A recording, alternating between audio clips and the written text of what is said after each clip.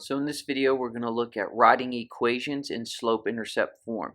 And these equations are going to be written in standard form, which is typically how you'll see the equation for a line written. And then our job is going to be to graph that. And so if you notice, this is not really a setup that we're used to seeing with graphing. We're used to seeing this. Y equals mx plus b. And that's actually slope-intercept form. If you notice, or if you actually take a look at this, we have y and we have x on opposite sides. But right here in standard form, we have x and we have y on the same side. So we don't really want that. We want y equals and then everything else. So in short, our job is going to be to do this. We want to isolate y or solve for y, which means this ax term needs to go. We need to move that over here to the right.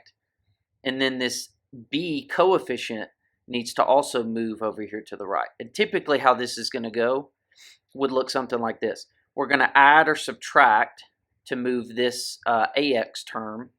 And then we're going to probably divide, or we could multiply to get rid of whatever this coefficient for b is, or that is b.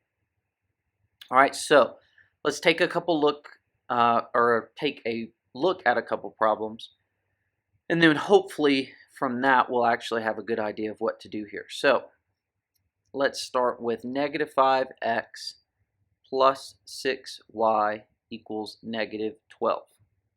So our question's actually going to say something like this. It's probably not going to say, hey, put this in slope-intercept form. It's going to say, graph this line or graph this equation, something like that. And our job is to know, well, when we graph a line, we want y equals mx plus b. So y equals mx plus b. So if I want to look at this equation, it's not really set up for me to graph right now, because I can't, just staring at this, I can't just say negative 5 is the slope and 12 is the y-intercept. Because in standard form, that is not the correct setup for finding slope and y-intercept. This is the correct setup. So we need to change our problem to look like that. So once again, if we want this equation to look like y equals mx plus b, our job is to isolate y. So that means that 6 needs to move, and this entire negative 5x needs to move. And so remember, just from solving, we want to always start with the adding or subtracting part first.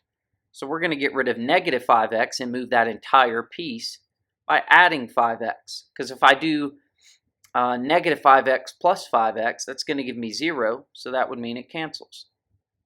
And we're also going to do that on the other side. So now I have 6y equals 5x minus 12. And I can't add 5 and 12x, or 5x and 12, because they're not like terms. So now I still need to isolate y, which means I need to now divide to get rid of 6. The only thing you've got to watch out for is this. When you're dividing 6 on the right side, since there are 2 terms here, you actually have to divide 6 by each of those terms, which may seem a little odd, but it would leave us with 5 over 6x minus 2. Now that's the equation for my line in slope-intercept form.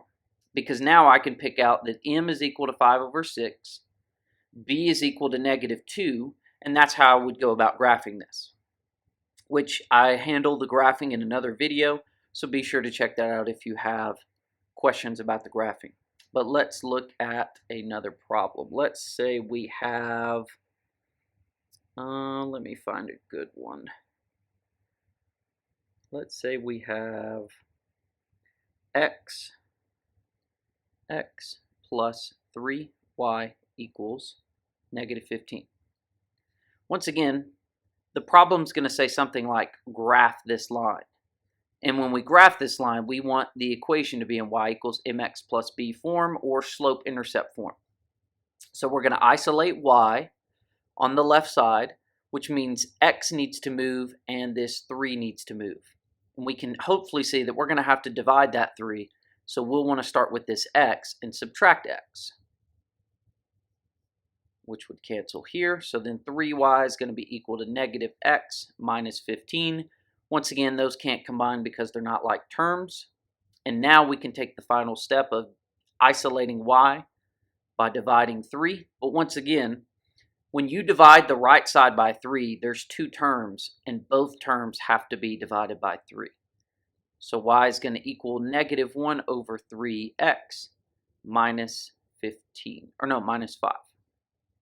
So now, once again, I can now see clearly, here is my slope, that's m, here is b, so then I could just graph this line. So let's do one more, and then we'll be finished. Let's say we have 4x, and this is probably the hardest one you'll see. It's not even that it's that hard, but 4x plus y minus 1 equals 0. So now, if you notice, we actually have a random number over here on the same side as x and y. So actually what we need to do is move this negative 1, well, we would actually add 1. Then we're going to move 4x over here. Then we'll just have y by itself. So let's do all that. So I would probably start off with minus 1. How can we move that to the right side? We can add 1. So then 4x plus y equals 1. Now I just need to get rid of 4x. So we would subtract 4x to both sides. And y is going to be equal to negative 4x plus 1. And now you can clearly see here's the slope, here's the y-intercept. So then if we were to graph this, we would just easily be able to plot the y-intercept, then the slope, and we would be good to go. So once again, your setup that you want to graph in is y equals mx plus b. That's slope-intercept form. So I'll just say SI form.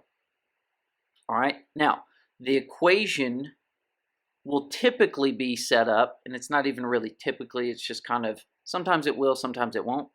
It will be written in standard form.